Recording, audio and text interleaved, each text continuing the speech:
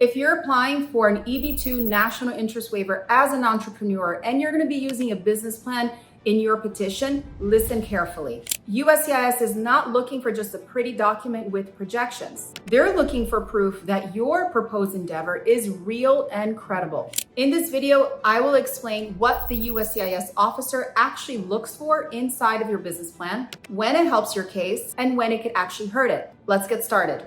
USCIS reviews business plans mainly under prong 2 of the National Interest Waiver analysis to decide whether or not you are well positioned to advance your endeavor in the United States. Officers know that projections are hypothetical, but they're asking, is this business plan connected to reality? They're looking for objective, credible, verifiable evidence, not promises. If you're talking about financial backing, show your bank statements. If you're making claims to hire people, show your payroll or existing employees. If you're discussing operations, show your leases, registrations, or even tax returns. I always recommend my clients only use a business plan when the endeavor is truly entrepreneurial in nature. For example, when a person owns or operates a business. Business plans are not needed for professionals or researchers, especially when their endeavors are academic, medical, or policy-driven. In my office, I use them sparingly, only when it makes a case stronger and not speculative.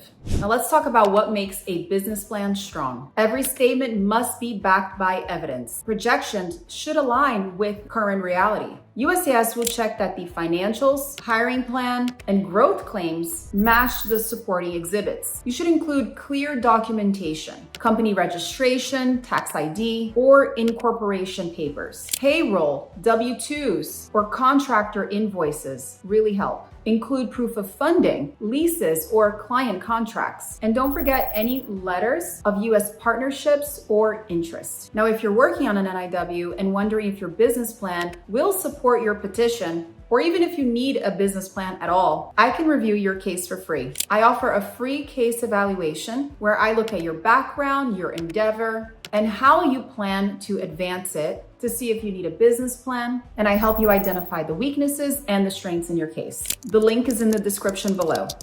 USCIS sees hundreds of business plans that are purely speculative. These often trigger RFEs and denials. If you're outside of the United States and proposing to open up a business, you need real indicators of commitment. Prior business experience, partnerships, or a track record of successful entrepreneurship. The most successful cases show that the endeavor has already begun, even if it's just in small steps. Let's talk about what doesn't work. Generic business plan templates full of optimistic projections. Copy-pasted market research without links to actual evidence. Saying you're going to create jobs with no record of hiring or proof of funding. Submitting a plan for an industry professional who isn't actually building a business. Now, here's some common mistakes to avoid. Submitting a business plan because you can't articulate an endeavor and just because everybody else is doing it. Using unverified numbers or unrealistic job projections. Ignoring financial consistency. Make sure that the figures in the plan match your supporting documents. Forgetting that your business plan must connect directly to the national interest or the national importance of the endeavor, not just show commercial potential.